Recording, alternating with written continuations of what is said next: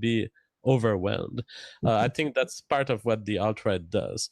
Now, I agree with your analysis. The alt-right has been exploring white nationalism more than some of the most moderate figures had wanted to. And that led essentially to the label alt-right. I think that's where I fall more than anything, is in the alt-right category. Because I can't get behind the racial shit, but I can get behind the civic nationalism shit. Yeah, and I wonder how many... I'd like to interrogate Sinatra on this, because you cannot get behind the racial shit. Okay, I would understand this statement at the moral level, but are you claiming that America would be the same as it is now if it was constituted by 80% Black people or 80% Muslims, for example? No, I don't think that at all, but I think it's the values that these people would have that is the difference. So on the facts, you agree that with the factual statement that the fact that Western civilization is constituted by white people has influenced deeply the principles and the way politics operate in our civilization. I don't know. I think I'd have to put a little more thought into that. Because ultimately, if you recognize the factual matter, then without necessarily saying that you want that for the future, you would have to recognize that a multiracial future will be different from our past. Yeah, I think I'll have to put a little bit more thought into that then. But I think the possibilities of a extreme white ethno-state are just off the table. I just don't think that could exist. So to stay pragmatic, I think it would be easier for people to fight for Western values as opposed to white values, just in terms of possibilities. The way I see it is that, I mean, I can't get behind the idea of a white ethno-state either, but I think JF does bring up a very good point. He does. And I like the way that he phrased it. I'm not necessarily ready to say, though, however, that because it happened that way, it couldn't have happened any other way. I mean, that's the way Western civilization was extremely white. That's how Western civilization developed. I'm not going to say, though, that it happened because of that whiteness, or it couldn't have happened without that whiteness, but that's how it did develop. And I'm not going... I think we can all imagine a hypothetical future. I mean, humanity could be in 1 billion ways that it is not right now. But I would say what people like Stéphane Molyneux, who is not a radical alt-righter, and in fact, by some definition, he's not an alt-righter at all. But what he's come up with when he released this video, Why I Was Wrong About Nationalism, is this idea that, all right, we are stuck in a world of limited possibilities. We are stuck in a world where, yes, of course, there are billions of theoretical possibility, but if you look at the history of civilization, Black nations have not formed free nations. They have not formed the kind of things that led to the First Amendment in the US. These advances were obtained by white people. And if I was to bet my money on one people that would improve the state of individual liberty on this planet, it would have to be white people. And a sort of pragmatic approach to white nationalism would be to say, I'm just going to bet on the best horse, the horse that keep repeating the same thing, which is improving the state of liberties wherever they found nations. Well, I think that's in that. And I can understand the pragmatic argument for it. What I would say is that what you're trying to do is say, if we take an approach for the future, if our approach is to remove liberty, create a society where we move away from liberty in order to create a society that will continue liberty, that seems like that's not even a horse that gets out of the starting gate to me. Because ultimately... There you go ahead. Okay, my view on the progress of liberty is that we have not attained a free state. We are still stuck today with heavy invasions of private rights. It happens in family court, it happens in civil courts, and to some extent it happens in criminal courts. We have not attained perfect individual liberty. And the question is, how do we walk there? And looking at white nations and looking at Black nations and looking at Muslim nations, it's evident that the one who runs faster toward liberty is white nations. Well, What when does you this bring have? it up in that sense, majority Muslim nations, and I'll just say Islam as a whole, it's just completely antithetical to liberal values and Western values. So you're not going to get any argument on that. But would you say a state like Japan would be antithetical to Western or liberal values? I wouldn't say it's antithetical. I would say there's no First Amendment in Japan, as far as I know. There's nothing comparable to that. There's nothing comparable to the American Revolution, the War for Independence, or the French Revolution. Mhm. So these are the kind of cues that I'm looking at to make a bet. And when I make a bet, I'm not saying the white race is perfect and the rest is shit. I'm saying if I'm interested in individual liberty and improvement of the state of liberty on this planet, I will bet on the best horse. Okay, so how does a white ethno state exist in tandem with individual liberty? A white ethno state is formed by free white people. So they are people who agree to build a constitution. So the same way people agreed to build the US Constitution. So that's how it appears. And it recognizes that liberty is a privilege of the people who are inhabiting that state and their descendants. And So it the liberty recognizes of the that it has the people. right to protect this country from outside invasions through immigration or through war. Okay, but a lot of that wasn't really about race, was it? Because you didn't. Wasn't. Okay, so let's use a white ethno state. It's a topical example, right? A white ethno state is ultimately a focus on group identity. It's a form of collectivism, the white collective, right? But here you're doing exactly what Sargon is doing. You're attributing values to people who do not necessarily state these values. I have no doubt I that. didn't mention a value. I mentioned an Well, you say identity. it's collectivism. It's not necessarily a collective. It's not necessarily a collectivist nation. A white ethno state. A What's white the white- ethno state can very well be individualistic in nature and libertarian in nature. It's didn't even focused think on an about identity of whiteness. I didn't even think about that as a It- possibility, or as a non-possibility. I assumed a white ethno state would have all the same comings and goings and differences as any other country in the world. Absolutely. But we see in the I'll be history back of in 2 seconds, humanity, guys.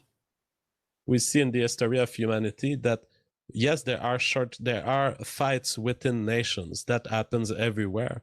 But if there is one type of nation that has converged toward liberty faster and better, and toward legality and toward having decent systems of laws, this is Western civilization made by, I'm sorry, white people. Hey, Yeah, JF, it was may I made ask by. you? Yeah, go ahead. I just want to ask him. Okay, so you've told me what's your political a viewpoint? So I'm a libertarian first and foremost. I see the white ethno state as an encouraging progress of the current discussion because I think the white ethno state may be the best tool to improve liberties. Liberty being my favored political axiom. But wouldn't that make you alt right? Well, You know I've what I said mean? many times that you can call me broadly alt-right. It depends on how pure you want to be about this term alt-right, because there was a time 1 year ago where alt-right was extremely broadly defined and included any neo-reactionary movement that was essentially technologically savvy. And so there was a time, and this was the time where Milo did his article at Breitbart on the alt-right, where they were denying that there was a necessary association between white nationalism and alt-right. Now the state has changed because there was some breakings, and as people describe it, at least Sargon stated this in his interview with me, and other people have come out with the idea that to be alt-right, you have to be a white nationalist. So that's at the point where I had to ask myself, am I a white nationalist? Well, I am a white nationalist in the same sense that Stefan Molyneux is, in the sense that I recognize that there are differences between race. So the factual difference is there. I'm a race realist. That's the first thing. And then being part of the white race, do I believe that we can get together and form good societies, and in fact better societies than other races? I have to say I have much more confidence that we can, yes, and that it's going to lead to a more free society if a bunch of white people get together than any other sort of mixing. It's not that I'm against mixing. In fact, I've never opposed to immigration in the past, but I oppose when I see that it can balance the powers of democracy toward restrictions of liberty. I take huge issue with the people we are letting into our democracies, who will eventually lead our beautiful countries to be dictatorships and theocracies. And would you say that there's any basis? Do you support any kind of immigration control based on race? I'm for immigration control as a whole. I haven't even decided if I Me would. too. Yeah, I think Yeah, it's. I so think it's I'm for ridiculous to diminishing not. immigration as a whole. I'm for the idea that the countries that we form are for the people who form it, their descendants, and maybe allow a few immigrants in as part of programs that allow families to get together. Of course, I don't want to separate a husband and a wife. Of course, people travel and of course they fall in love. That's okay. But I'm against flood of immigration, and in fact I'm against what people refer today as moderate immigration. Yeah, Now, would think I am add a too. racial component? Yeah, I think that a nation could legitimately do that, but I'm not sure I would. I think I would just Right. reduce the number So- and I would let it go like that. Okay, I think you and I are on the same page there. I don't think someone's race should influence whether or not they get in. It's things like, they're basically, I want meritorious immigration and not a lot of it. I think, I mean, my position is a nation should worry about itself first. Would you consider my problem with a white ethno state isn't one that exists? What's a good way to phrase it? I don't have a problem with one existing by circumstance, right? Places like Poland and such. I don't have a problem with, percentage makeup for race for a population. What I have an issue with is the process of forming one that ultimately would go against an individual's rights or would in any way restrict personal liberty. Do you think that there is a way for a white ethno state to be formed without any level of violation of human rights? Absolutely, I think it's possible. I think not in the current context, because in the current context, the entirety of the world's surface is occupied. Real so quick, can I just jump Sticks. into? Oh, Sticks hopped in. What's up, Sticks? Hello, what's But up? I want to finish my answer to Rags, and then Sinatra can come in. Go ahead. All right. So right now, the entire surface of the world is occupied by some people, and in fact is occupied by a diverse mix of race, as far as I know. So a white ethno state, being a pure white ethno state that would literally exclude any other race from being in the country, that is not establishable in other places than Antarctica at this point, which is often why I say, and I say it half jokingly, I am a Antarctica white nationalist ethnostatist. I am for the establishment of the white race in Antarctica. And it's funny, but it's currently the only short solution. The fact that Antarctica will eventually get heated a little more with the heating of the planet, and it may be the only land where you can do it without violating liberties. Now, I also recognize that within time scales of thousands of years, situation on the earth can change a lot. There can be civil wars, there can be situations where there is so much violence and so much poverty that the establishment of a new state, for example, the separation of a state from the US, could be seen as an act of self-defense, and one that would be morally justified. One where people would say, oh yeah, bring it. One where even black people could say, yeah, bring the ethno state. I prefer the white ethno state drawing borders around Vermont, and I prefer living in that white ethno state as a black person than the current situation I'm in. So when I look at things over a great historical scale, I'm not that worried of the fact that there is currently no available land on the planet. there can be lots of development that would make some land available, or that would make the small violations of rights that could occur be desirable for everyone. Is there anything in the, because I don't really know much about biology. I'm curious if is there anything about a person's whiteness that makes them more suitable to more either liberal values or to the establishment of a more modern Western civilization? Is it built into the brain? Is it hardwired into their race? Does that have anything to do with it? Or is it just a mixture of circumstances, historically, geographically, culturally, etc., through history that led to Western civilization being predominantly white and created by whites? It's a good question. I would say on that question, we're not as advanced as we are on IQ, for instance. We have the descriptive fact of human history, but we don't have experiments. We don't have twin studies on that. But I've been discussing this with the alternative hypothesis. It's a very reasonable hypothesis to believe that at least the populations of Americans that have formed the US may have gone through selection processes. Because when you think about it, when you leave Europe and you're a white person in Europe and you decide to take a risky boat to get to another continent on the other side of the world, this has to select for some psychological characteristics. And I was discussing this with the alternative hypothesis. It may very well be that the traveling from Europe to the US has selected for a certain percentage of libertarian values to be more present in those people who were getting in the boats, as opposed to those people who were staying in Europe.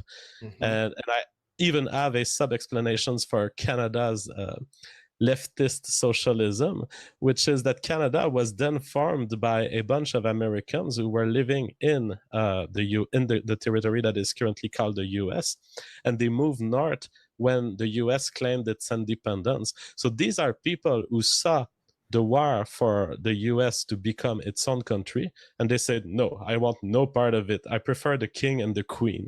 I mean, you have to conclude that this leads to some form of selection. And I believe that a lot of the political preferences, and particularly the differences between Canada and the US that are observable today, may very well be explained by that kind of self-selection process, where people don't travel to other places for no reason. And these reasons might very well constitute evolutionary pressures. Now, I don't have the genes. I don't know that it's a gene. And so maybe it is. Maybe one day we'll know. For now, we don't know. We have the descriptive fact that, yes, when you go into a libertarian conference in the US, they're all white.